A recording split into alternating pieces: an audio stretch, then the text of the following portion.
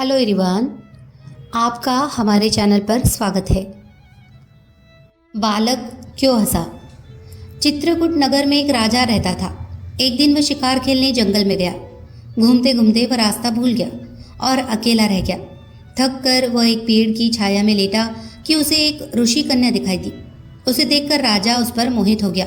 थोड़ी देर में ऋषि स्वयं आ गए। ऋषि ने पूछा, तुम यहाँ कैसे आए हो?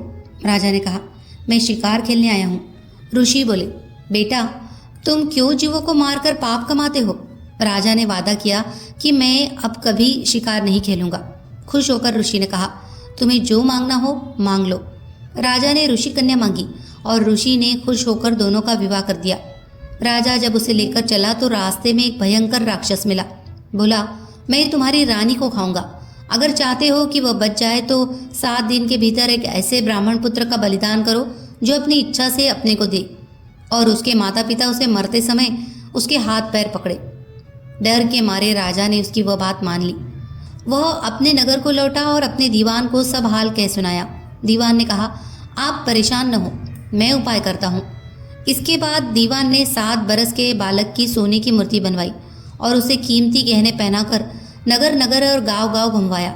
ये कहलवा दिया कि जो कोई 7 बरस का ब्राह्मण बालक अपने को बलिदान के लिए देगा और बलिदान के समय उसके माँ बाप उसके हाथ पैर पकड़ेंगे, उसी को यह मूर्ति और 100 गांव मिलेंगे। ये खबर सुनकर एक ब्राह्मण बालक राजी हो गया। उसने माँ बाप से कहा, आपको बहुत से पुत्र मिल जाएंगे। मेरे शरीर से राजा की भलाई होगी और आपकी गरीबी मिट जाएगी। माँ बाप ने मना किया, पर बालक ने हट करके उन्हें राजी कर लिया। माँ बाप बालक को लेकर राजा के पास गए। राजा उन्हें लेकर राक्षस के पास गया।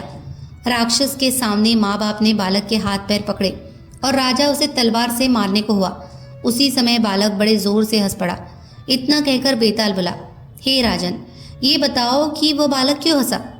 राजा ने फौरन उत्तर दिया, इसलिए कि डर के समय हर आदमी रक्षा के लिए अपने माँ बाप को पुकारता है।